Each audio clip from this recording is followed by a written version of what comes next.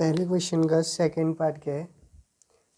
The decimal representation of 14587 upon 2⁻1 into 5⁴ will terminate after how many decimal places. It means आपको क्या बताना है, जो आपको ये नंबर्स गिवन है यहाँ पे, इसको आपने क्या करना है, डिवाइड करना है। डिवाइड करके डेसिमल के बाद जितने डिजिट तक इसमें कम्प्लीटली डिवाइड हो जाएगा वही बताने कि कितने डेसिमल प्लेसेस तक ये इसका रिमाइंडर 0 आ जाएगा। ठीक है, तो इसको सॉल्व करते हैं। देखो क्या है, सबसे पहले क्या लिखोगे आप, ऊपर आपका न्यूमरेटर में कितना है 14587 अपॉन में है आपके पास 2 की पावर में 1 इंटू 5 की पावर में 4। ठीक है, सबसे पहले इसको सिंप्लीफाई कर लेते हैं। 14587, ठीक है, 14587 किया अपॉन में देखो 2 की पावर में 1 2 आपका 5 की पावर में 4, इस ये हो जाएगा आपका 25 का स्क्वायर 625। ठीक है, और आप इसको सॉल्व करोगे 14587, आप इसको सॉल्व करोगे तो क्या आ जाएगा, देखो 6 2 जा 12। देखो शॉर्ट तरीका क्या होता है मल्टीप्लाई करने का। अब ये मत लेके रहना कि 6 ऐसे 625 लगा इंटू 2 करता है, फिर ऐसे लंबी प्रोसेस से लगे रहो। ठीक है, शॉर्ट तरीका क्या है, 6 देखो आपको क्या पता है 25 का 2 टाइम मल्टीप्लाई करेंगे तो कितना आ जाता है 50। ठीक है, लिख दिया। 6 को 2 से मल्टीप्लाई करेंगे तो कितना आता है 12, तो आ गया 1250। ठीक है, इतनी लंबी प्रोसेस से बचने से शॉर्ट में ही आप क्या कर सकते हो इजीली से, आपको ये ट्रिक्स पता होनी चाहिए। ठीक है, तो अब यहाँ से देखो इसको सॉल्व कैसे करेंगे। अब आपको इसको डिवाइड करना है 1250 से 14,587 को। तो देखो क्या आ जाएगा 14587 अपॉन 1250। तो आपको क्या दिख रहा है, देखो 1250 है और ये 1458 तक, मतलब 4 डिजिट इसका 4 डिजिट इसका, तो 1 टाइम जाएगा। ठीक है, 1 टाइम गया तो आपका कितना यहाँ पे रिमेनिंग रहा 1458 में से इतना सब ट्रैक करोगे तो कितना आ जाएगा 8, और यहाँ से कितना 208 आ जाएगा। फिर पीछे 7 है, ये आपने लिख दिया। फिर 1 टाइम जाएगा, ठीक है, ये आ जाएगा 7 3 आपका 837 आ गया। अब 837 आ गया तो देखो फिर इसके बाद तो कोई डिजिट है नहीं, यहाँ पे आपको कितना है, बड़ी नंबर है डिनोमिनेटर में और आपका ये छोटा नंबर है, तो डेसिमल लगा दो 0। ठीक है, अब देखो कितना है 8370 और क्या है 12। तो देखो 12 की टेबल 83 तक कितने में जाती है, अगर 7 टाइम करेंगे तो 84, ज़्यादा हो जाएगा तो 6 टाइम अगर आप इसको डिवाइड मल्टीप्लाई करोगे तो इससे, तो ये आ जाएगा आपका 75, हाँ 7500। ठीक है, तो 7 से 7 13 में से 5 8। ठीक है, अब 87 आ गया, फिर एक ज़ीरो लगा दोगे, तो ज़ीरो लगाया तो देखो 80 आपका 7 टाइम में ज़्यादा हो जा रहा था, तो फिर से 6 टाइम करो तो फिर से 7500 आ जाएगा, क्योंकि 6 टाइम मल्टीप्लाई करके वही आया था। 7 to 1200 आ गया। ठीक है, लेकिन यहाँ पे कितना है 1250 ज़्यादा है। ठीक है, फिर एक ज़ीरो लगा दो, अब ये आ जाएगा आपका कितना 12,000 आ गया। ठीक है, 1200, और ये कितना है आपके पास 1250 के करीब है, 50 भी है लेकिन 1200 के करीब है। ठीक है, तो आप क्या करो, देखो इसको अगर आप 19 से मल्टीप्लाई करते हो ना तो आपका क्या आ जाता है, देखो 0 का 0, 19 5 जा 9 सॉरी 19 9, 19 5 जा 45, ये आ गया कैरी 4, 19 2 जा 18 प्लस 4 22, 22 कैरी कितना 2, और 9 1 जा 9 और 2 11। ठीक है, तो 0 5 आ जाएगा, यहाँ से 9 में से 2 7 और 1 1 इतना आ गया, तो 9 टाइम गया। अब यहाँ देखो 750 एक ज़ीरो और बढ़ा दो, तो अब भी देखो अभी 6 टाइम मल्टीप्लाई करके कितना आ रहा था, इसको 6 टाइम मल्टीप्लाई करेंगे तो इतना आ जाएगा, तो फिर क्या 6 टाइम आपको कितना आ जाएगा फिर से 7500। इसका मतलब रिमाइंडर 0 आ गया, तो ये टर्मिनेट हो गया। ठीक है, तो आपका आपने आंसर क्या लिखना है, द डेसिमल रिप्रेजेंटेशन ऑफ इतना जो भी आपको गिवन था, ठीक है, विल टर्मिनेट आफ्टर कितना 4 डेसिमल प्लेसेस, क्योंकि डेसिमल के बाद कितने डिजिट हैं 4 है। ठीक है, तो 4 डेसिमल प्लेसेस के आप बाद ये क्या हो जाएगा आपका टर्मिनेट हो जाएगा। ठीक है, आप सैम्पल पेपर का जो ये पहले क्वेश्चन का 2 पार्ट थे, मतलब और करके दिया था, अगर पहला आपको नहीं आ रहा तो आप सेकंड कर पाओ। ठीक है, अब सेकंड क्वेश्चन क्या है देखो इसका, सेकेंड क्वेश्चन है, if the sum of the zeros of a quadratic polynomial 3x² minus kx plus 6 is 3, then find the value of k। ठीक है, तो आपको क्वेश्चन में गिवन है यहाँ पे जो थर्ड वाला सेकेंड क्वेश्चन है। ठीक है, इसका आंसर देखो कैसे सॉल्व करेंगे इसको। आपको बोला गया if the sum of the zeros of the quadratic polynomial, जो आपको गिवन है 3x² माइनस kx प्लस 6। ठीक है, ये आपको क्या है, एक क्वाड्रेटिक पॉलिनोमियल गिवन है। ठीक है, और जहाँ पे इसका सम कितना है आपके पास, वो है 3 है, आपको गिवन है क्वेश्चन में। तो आपको फाइंड करना है जो एक k है यहाँ पे, इसकी वैल्यू कितनी आएगी। ठीक है, ये k आपको कैलकुलेट करना है। सही है, तो अब क्या करेंगे, सबसे पहले देखो इसकी क्या कर लो आप, इसको पॉलिनोमियल है ना, p ऑफ x लिख लो, पॉलिनोमियल है। ठीक है, अब इसको सबसे पहले इक्वेशन में कन्वर्ट करो। किसी भी पॉलिनोमियल को इक्वेशन में कन्वर्ट करने के लिए क्या करना पड़ता है हमें, उसको जीरो के इक्वल इक्वेट करना होता है। तो यहाँ पे आप px is equal to 0 put करोगे, it means 3x² minus kx plus 6 is equal to 0। ठीक है, वहाँ पे आप सीधे से करोगे, मैं तो इसको प्रोसीजर से इसलिए बता रहा हूँ, अगर ज़्यादा मार्क्स में आए तो कैसे करोगे। ठीक है, वैसे तो 1 मार्क्स का है, नहीं तो इसको आप विद इन सेकेंड 5 सेकेंड के अंदर भी सॉल्व कर सकते हो। ठीक है, अभी बताऊंगा शॉर्ट ट्रिक कैसे करोगे। तो यहाँ पे देखो 3x² minus kx plus 6 is equal to 0 आ गया।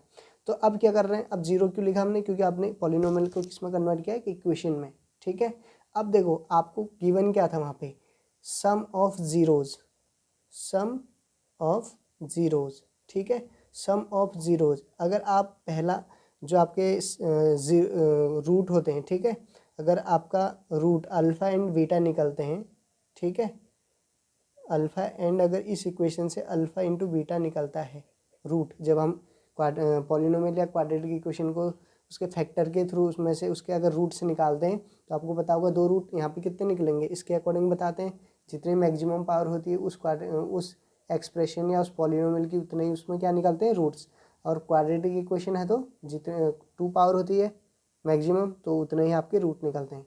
तो यहाँ पे अल्फ़ा और बीटा जो है आपके एक हैं, 2 रूट मान लो ये निकल गए। ठीक है, आपने सपोज करना है। तो आप क्या करते हो वहाँ पे, sum of zeros alpha plus beta लिखते हो ना। तो मतलब अल्फ़ा प्लस बीटा जो है आपका क्या है, सम ऑफ जीरोज है।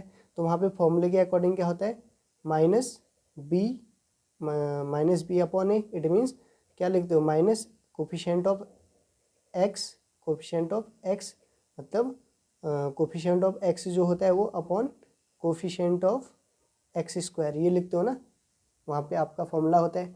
तो यहाँ पे क्या करना है, देखो अल्फ़ा इंटू बीटा ये फॉर्मूला होता है, तो यहाँ पे रख दो सीधे से वैल्यू। ये आपको अल्फ़ा प्लस बीटा क्वेश्चन में गिवन है 3 है इसका सम, और जो माइनस बी है उसका यहाँ पे बी जो है वो है कि आपका k है। ठीक है, माइनस तो फॉर्मूले के अकॉर्डिंग आ गया, और ऊपर क्वेश्चन में 1 माइनस k के साथ और है, अपॉन में आपका कितना आ जाएगा 3।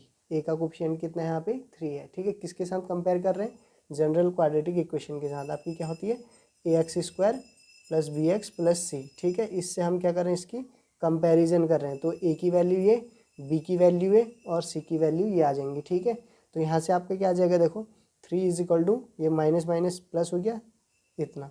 ठीक है, तो k इज इक्वल टू आपका 9 आ गया। तो k की वैल्यू कितनी आ गई, 9। ठीक है, तो आपका अगर आपको ये चीज़ें पता है, तो आप इतना करने की ज़रूरत नहीं, क्योंकि 1 मार्क्स का है। तो 1 मार्क्स में आप डायरेक्टली क्या कर सकते हो, देखो आप डायरेक्टली क्या करो, आपको क्या पता होता है, आपको पता होना चाहिए कि सम क्वाड्रेटिक इक्वेशन में जो सम ऑफ जीरोज होता है वो क्या होता है, अल्फ़ा प्लस बीटा, मतलब जो भी नंबर्स होते हैं, जो भी रूट्स होते हैं उनका सम होता है। तो आपको गिवन है 3, और आपको ये भी पता है माइनस बी अपॉन ए होता है। तो माइनस बी मतलब वहाँ पे कितना है k, और a आपका 3, तो direct k is equal to 9। Within आप 3 सेकेंड के अंदर आंसर निकाल सकते हो इससे। ठीक है, लेकिन आपको पहले पढ़ा होना चाहिए। ठीक है, मैं इसलिए पूरा कर रहा हूँ क्योंकि कुछ लोगों को आ रहा होगा, कुछ लोगों को नहीं आता होगा, तो इसलिए मैं डायरेक्ट पूरा प्रोसीजर बता रहा हूँ। ठीक है, अब देखो थर्ड क्वेश्चन क्या है उसको सॉल्व करते हैं।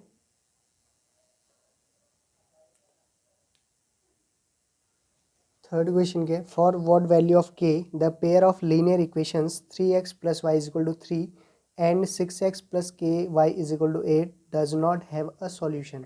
तो आपको ये बताना है कि किस वैल्यू, जो आपकी कौन सी वैल्यू k के लिए, मतलब वैल्यू k की आप कितनी वैल्यू रखोगे, जिसके लिए जो आपको लीनियर इक्वेशन 2 गिवन है यहाँ पे, उसकी वैल्यू आप उसका क्या आ जाएगा, नो सॉल्यूशन वाली कंडीशन आ जाएगी। ठीक है, आपको पता ही होगा नो सॉल्यूशन की कंडीशन क्या होती है, A1/A2 is equal to B1/B2 does not equal to C1/C2। ठीक है, ये आपकी क्या होती है नो सॉल्यूशन, या इसको आप क्या बोलते हो इनकंसिस्टेंट भी बोल सकते हो। ठीक है, आपने कंसिस्टेंसी और इनकंसिस्टेंसी पढ़ी होगी ना, तो वही है आपका। ठीक है, तो जो थर्ड क्वेश्चन है, ठीक है, इसका आपको दो इक्वेशन है linear equation, 3x + y is equal to 3, और दूसरी इक्वेशन है आपकी and 6x + ky is equal to 8। ये दो इक्वेशन है। तो सबसे पहले इन दोनों इक्वेशन को क्या करोगे आप सिंप्लीफाई करोगे, मतलब सही फॉर्म में लिखोगे। ठीक है, तो सिंप्लीफाई करेंगे इनको, सिंप्लीफाई। ठीक है, सिंप्लीफाई, देखो सिंप्लीफाई कैसे करेंगे, सबसे पहले इसको आप ऐसा लिख लो, इस 3 को आगे ले आओ 0, और इसको 6x + ky - 8 is equal to 0 किसके फॉर्म में लिखना है, A1x + B1y + C1 is equal to 0, और दूसरे वाले को A2x + B2y + C2 is equal to 0। ठीक है, इसके फॉर्म में लिख दिया। अब क्या करो, अब यहाँ पे कंडीशन अप्लाई कर देते हैं। यहाँ पे लिख दी, देखो क्वेश्चन हमने ये क्वेश्चन का यहाँ भी लिख लिया। अब क्या करना है, देखो इन इक्वेशंस को, these equations are of the form, किस फॉर्म में लिखना है, देखो सबसे पहले compare A1x B1y + C1 is equal to 0, A2x + B2y + C2 is equal to 0। ठीक है, अब यहाँ पे आपके पास क्या है, वेर क्या है A1 इज इक्वल टू आपके पास कितना है 3, ऊपर के साथ कंपेयर, इसका A1 ये होता है, और B1 कितना है आपके पास 1, C1 आपके पास -3, और एंड A2 क्या है आपके पास 6, B2 आपके पास है K, एंड C2 है -8। ठीक है, तो अब यहाँ पे अप्लाई करते हैं, देखो वी हैव A1/A2 निकाल लो पहले, कितना 3/6, इट मीन्स 1/2। ठीक है, और ऐसे ही B1/B2 1 क्या आ गया 7/C2, ये कितना है -3/-8, माइनस से माइनस कैंसिल हो जाएगा, 3/8 आ गया। ठीक है, कितना आ गया 3/8 आ गया। अब यहाँ पे देख लिख लो सबको, A1/A2 B1/B2 C1/C2। तो A1 आपका 1/2 है, B1/B2 1/K है, और C1 C2 3/8 है। ठीक है, अब देखो यहाँ पे क्या आ गया, तीन कंडीशन, मतलब अगर दो ऐसे इक्वल में होते तो आप लोग क्या कर लेते, सीधे सीधे क्रॉस मल्टीप्लाई करके के की वैल्यू निकाल लेते। ठीक है, और यहाँ से होता तो तब भी आप निकाल लेते। तो अब क्या करना है, देखो सबसे पहले इस टाइप का जब भी आपको सॉल्व करना पड़े तो हम क्या करेंगे, देखो यहाँ पे जो अगर 3 के फॉर्म में दिया है 3 में है, तो आप क्या करो पेयर ले लो, इसका एक पेयर और इसका एक पेयर। ठीक है, तो 1/2 इज इक्वल टू 1/K, और दूसरा ले लो 1/K इज इक्वल टू 3/8। ठीक है, तो 1/2 और 1/K है, इसको सॉल्व करेंगे तो क्रॉस मल्टीप्लाई करेंगे, तो K इज इक्वल टू यहाँ से 2 आ जाएगा। कैसे किया, इसको इसके साथ मल्टीप्लाई, इसको इसके साथ multiply, K is equal to 2 आ जाएगा, और यहाँ से 8 इसके साथ मल्टीप्लाई, और ये 3K। ठीक है, it means K is equal to 8 कितना आ गया 3, तो इसको डिवाइड करेंगे तो 2 पॉइंट कितना आ जाएगा 2.6 अराउंड, क्या आएगा 2.6 के अराउंड आ जाएगा। ठीक है, आप लोग देख लेना करके इसको, लेकिन आपको यहाँ पे कौन सी वैल्यू के लिए ये जो सॉल्यूशन है, क्या नहीं है बोल रहा था, एक नो सॉल्यूशन है, does not have a solution, कौन सी वैल्यू के लिए 2 के लिए। ठीक है, K इज इक्वल टू 2 और 8/3 के लिए, इन दो वैल्यू के लिए आपका ये जो सॉल्यूशन है ये नो सॉल्यूशन है, इट मीन्स इनकंसिस्टेंट है। क्यों, क्योंकि आपको देख रहा होगा यहाँ पे आपकी कंडीशन क्या आई थी, ये आई थी ना 1/2 is equal to 1/K is equal to 3/8। अब यहाँ पे देखो अगर ये नो सॉल्यूशन क्यों है, देखो K की वैल्यू आपको नहीं पता, लेकिन ये पता है, अगर मान लो ये 2 है, ठीक है, इसकी वैल्यू 2 है, तो ये तो पहला वाला जैसे A1 इतना होता है, कंडीशन नो सॉल्यूशन की condition A1/A2 B1/B2 does not equal to C1/C2 होता है। ठीक है, तो यहाँ पे देखो जो सॉरी जो हमारा a1 है वो 1 है और ये 1/2 आ गया टोटल, ये 1/k। इट मीन्स ओनली यहाँ पे यही आपका क्या होता है, इक्वल होता है, ये तो ऑलरेडी नॉट इक्वल होता है। तो आपका 3/8 आया था ना, तो यहाँ पे आपका जो सॉल्यूशन k की वैल्यू ओनली क्या होगी, ओनली 2 आ जाएगी। ठीक है, क्यों, क्योंकि only a1/a2 is equal to b1/b2 ही होता है और तीसरा वाला डज नॉट इक्वल टू होता है, इसलिए आप तीसरे वाले को सॉल्व नहीं करोगे। ठीक है, इस वाले को आप क्या नहीं करोगे, ये वाला पोर्शन सॉल्व नहीं करोगे। ठीक है, ओनली k की वैल्यू 2 के लिए आपका ये सॉल्यूशन नो सॉल्यूशन है। It means no solution, it means it inconsistent. ठीक है, अगला क्वेश्चन देखते हैं। देखो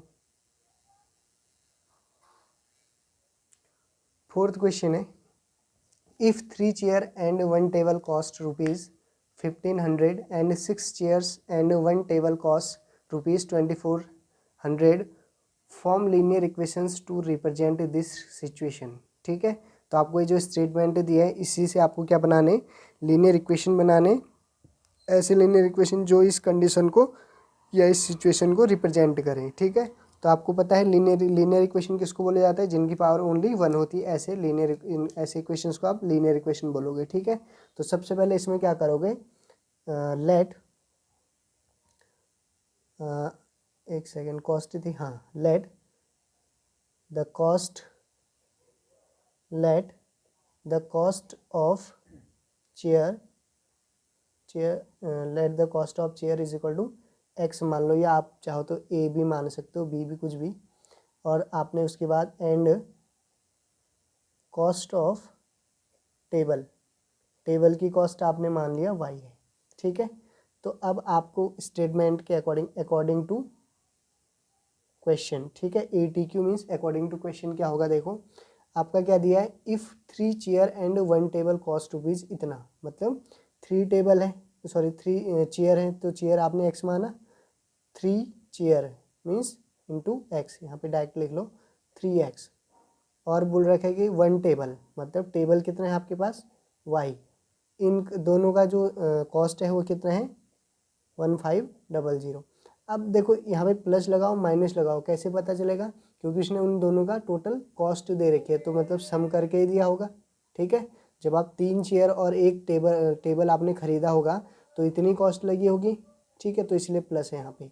और दूसरा देखो आपका क्या है, 6 चेयर और 1 टेबल की कॉस्ट है 2400, तो यहाँ पे 6 इंटू एक्स प्लस वाई, क्योंकि वहाँ पे टेबल आप एक ही ले रहे हो तो वाई आ जाएगा, ये भी कितना है 2400। तो आपके यही 2 लीनियर इक्वेशन बनाने थे, आपका ये इतना ईजी था। ठीक है, 1-2 सेकेंड का ही क्वेश्चन था। ठीक है, आई होप समझ में आएगा होगा। अब देखो फिफ्थ क्वेश्चन क्या है आपका, इसको सॉल्व कर लेते हैं। फिफ्थ क्वेश्चन है, which term of the AP 27, 24, 21 is 0, मतलब कौन सी टर्म है इस AP की जो आपकी है 0, ये बताना है आपको। ठीक है, इट मीन्स आपने पढ़ा होगा n टर्म्थ के लिए आपका जो फॉर्मूला होता है अर्थमेटिक प्रोग्रेशन वाले चैप्टर में, वो होता है AN is equal to A plus n-1 into D. ठीक है, जो फॉर्मूला होता है उसी के अकॉर्डिंग जो इस फॉर्मूले में n है, वहाँ पे n-1 इंटू डी वाला, उसी n की वैल्यू आपने फाइंड करनी है। ठीक है, तो देखो क्वेश्चन फिफ्थ का पहला, ठीक है, फिफ्थ का मतलब 2 पार्ट, एक पहला और सेकंड, एक बीच में और करेगा, अगर पहला नहीं आता है तो सेकंड कर लो। ठीक है, तो हम दोनों करेंगे। तो यहाँ पे देखो आपकी AP जो है वो क्या है 27, 24, 21 एंड सो ऑन इज 0, ये आपका क्या है क्वेश्चन में ऐसा दिया है। ठीक है, तो अब आपको पता है यहाँ पे क्या है, A इज इक्वल टू 27 और A1 इज इक्वल टू, अगर मैं इसको A मान रहा हूँ और इसको A1 मानूंगा, एक नंबर और ज़्यादा 24, तो यहाँ से आप क्या निकाल लो, D निकाल लो, डिफरेंस। ठीक है, डिफरेंस बिटवीन देम, इन दोनों, मतलब इस AP का डिफरेंस सब जगह एक ही होगा। ठीक है, सेम डिफरेंस होता है AP में। तो आप क्या कर लो, A1 माइनस A2, मतलब second term minus first term होता है डिफरेंस दोनों का, second term minus first term, तो सेकेंड टर्म कितना है आपके पास, सेकेंड टर्म आपके पास है 24 और माइनस है बीच में पहला टर्म 27, तो ये कितना आ गया आपका, छोटी में से बड़ी सब्ट्रैक्ट करोगे तो -3, तो D आपके पास कितना आ चुका है -3। 3 आ चुके हैं। ठीक है, तो अब आपने nth टर्म n की वैल्यू निकालनी है, तो लगा दो फॉर nth टर्म। ठीक है, तो फॉर्मूला क्या होता है, a n is equal to a plus n minus one into D. ठीक है, a plus n minus one into d की वैल्यू निकालनी है। तो ए आपका है 27 और एन आपके पास नहीं पता और डी आपको पता है कितना है, -3। तो यहाँ पे रख दो वैल्यू 27 और प्लस ये तो ए एन तो ज़ीरो है, यहाँ पे इसको ज़ीरो रखो। ठीक है, और प्लस यहाँ से अंदर मल्टीप्लाई करोगे तो -3n प्लस 3 आ जाएगा। तो यहाँ से वैल्यू कितनी आ जाएगी, देखो 27 ऐसे रहेगा, प्लस इसको सॉल्व करने के लिए ब्रैकेट ओपन कर लो, ये माइनस हो जाएगा 3n plus 3 is equal to इधर 0 है। ठीक है, तो यहीं पे सॉल्व कर लेता हूँ। ठीक है, तो 27 -3n plus 3 is equal to 0 है, तो 27 और 3 ऐड हो जाएंगे तो कितना आ जाएगा 30 -3n इज इक्वल टू 0। तो ये 3n अगर यहाँ पे है, ये पीछे जाके -30, ये माइनस से माइनस कैंसिल, तो n 3 से 31 10 टाइम, तो मतलब n की वैल्यू 10। मतलब जो आपका यहाँ से है ना 27 पहला term, second, third, fourth, fifth, अगर ऐसी 10th तक जाओगे तो वहाँ पे जो वैल्यू मिलेगी आपको 0 मिलेगी। क्यों, क्योंकि देखो डिक्रीज़ हो रही है। 27 में से 3 मतलब 20 कितना हो गया 24, फिर 21, 3 का डिफरेंस है, फिर आगे फिर 3 करेंगे, फिर आपका आ जाएगा 18, फिर 3 15, फिर 3 12, ऐसे कर करके अगर 10th टर्म ऐसे चले जाओगे 1 टर्म 2 3 4 5 6 एंड से एंड सो ऑन 10 तक जाओगे तो आपको वहाँ पे वैल्यू जो मिलेगी इसी एपी में 0 मिलेगी। ठीक है, तो वो कौन सा टर्म है जहाँ पे 0 मिलेगी, वो आपका 10th टर्म है, ये आपको निकालना था। ठीक है, आई होप आपको क्लियर हो गया होगा। इसी का सेकंड पार्ट मतलब और वाला पार्ट डिस्कस कर लेते हैं। ठीक है, तो उसमें आपको पूछा है क्या पूछा है, in an arithmetic in an AP, पहले से in an AP if d is equal to -4 n is equal to 7 a n is equal to 4 then find a। आपको a का वैल्यू निकालना, मतलब फर्स्ट टर्म निकालनी है यहाँ पे। ठीक है, तो सेकंड पार्ट का इसी का सेकंड देखो क्या है, आपको गिवन है d -7 n is equal to 4 sorry d equal to 4 है माइनस में, और n इज इक्वल टू 7 है, और a n आपके पास 4 है, और आपको a कैलकुलेट करना है। ठीक है, तो यहाँ पे फिर से फॉर nth टर्म फॉर्मूला लगा दो। ठीक है, a n is equal to a plus n minus one into D. ठीक है, ये आपका फॉर्मूला होता है। तो ए एन आपको 4 गिवन है यहाँ पे। ठीक है, और ए आपको निकालना है, ये तो नहीं दिया है, और आपका एन 7 है, -1, डी आपको गिवन है -4। ठीक है, वैल्यू पुट कर लेते हैं, ए प्लस इससे इसको मल्टीप्लाइंगे करेंगे तो ये क्या आ जाएगा, ब्रैकेट ओपन कर लेते हैं, तो आ जाएगा 28, 7 4 28, और इससे इसको मल्टीप्लाई करेंगे प्लस आ जाएगा 4। क्यों, क्योंकि माइनस और माइनस मल्टीप्लाई में प्लस हो जाता है। ठीक है, ये इधर आ गया। अब क्या करो, आपको ए चाहिए, जितने सारे टर्म्स हैं इसको इधर लेके आ जाओ, ये इधर आएगा तो माइनस हो जाएगा, मतलब इसको ऐसे काट सकते हैं, तो इधर आगे कितना हो जाएगा 28। ठीक है, तो ए इज इक्वल टू आपको कितना आएगा 28, तो ये फर्स्ट टर्म आपकी कितनी है 28। आई होप क्लियर हो गया होगा।